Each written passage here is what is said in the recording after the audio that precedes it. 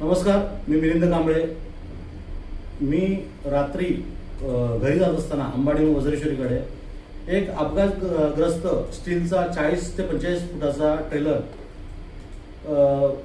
रेणुका विद्यालयासमोर अगदी खाली उतरला होता. रस्त्याचं काम चालू आहे. हे हायवा डंपर एवढ्या प्रचंड वेगाने जातात. रात्री स्टीलच्या गाड्या चालतात. बरीचशी जीवितहानी लोकांची झालेली आहे, पण याच्यावर प्रशासनाचं लक्ष नाही. हे कोणाच्या हातात आहे हेच कळायला मार्ग नाही. मी अनेक व्हिडिओ पाहिले, दाखवले असतील, लोकांना दाखवले असतील अपघात कसे आले. दारू पिऊन ड्रंक अँड ड्राईव्ह यांच्यावर गुन्हे दाखल करायला पाहिजेत, तर ते पण कोण करताना दिसत नाही. मागे एकदा ट्रक पलटी आला होता, हायवा डंपर. तोही ड्रायव्हर दारू पिला होता, स्वतः तोंडाने कबूल केले होते. पण असा मागोवा घेता घेता मी ड्रायव्हरची चर्चा केली रात्री. म्हटलं हा मला आणतो कुठून, आणि तू रात्रीच का जाता, तुम्ही एवढ्या वेगाने का जाता. तर तोही मद्यपान केलेला अवस्थेत होता. मग त्यांनी मला पूर्ण हिस्ट्री सांगितली. ह्या परिसरामध्ये आम्हाला रात्री माल उतरावा लागतो, म्हणून आम्ही रात्री चालतो. मग माल म्हणजे स्टीलची तस्करी हे बऱ्याच वर्षापासून अंबाडी परिसरात केली जाते.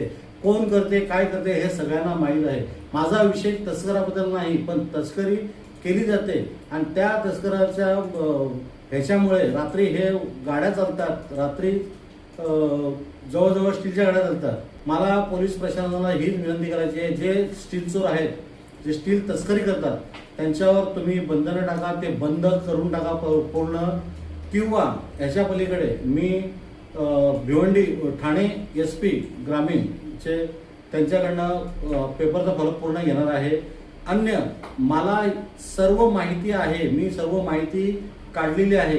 प्रत्येक माणसाला माहिती आहे, मला काय सोडा, प्रत्येक माणसाला माहिती आहे कोण स्टील विकते, कोण चोरी करते, कोण हप्ता येतोय, हे सगळ्यांना माहिती आहे. त्या वेगळं सांगायची गरज नाही, पण ते बंद करून टाका ना.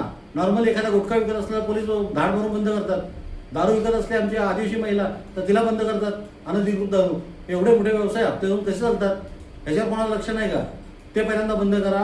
आणि तर मी गृह मंत्रालयापासून त्याचा फॉलोअप घेणार आहे. पूर्ण पेपरनिशी फॉलोअप घेणार आहे. आणि अन्य माझ्या मित्रमंडळाला, अजून कोणाला, बऱ्याच जणांनी मला माहिती दिली आहे, आणि अजून कोणाकडे माहिती असेल तर मला माहिती पुरवा. मी त्याचं नाव सांगणार नाही, गुपित ठेवेल नाव. ही कारवाई मला करायची आहे पोलिसांमार्फत, प्रशासनामार्फत. माझा नंबर घ्या 9096321003. थँक्यू, धन्यवाद.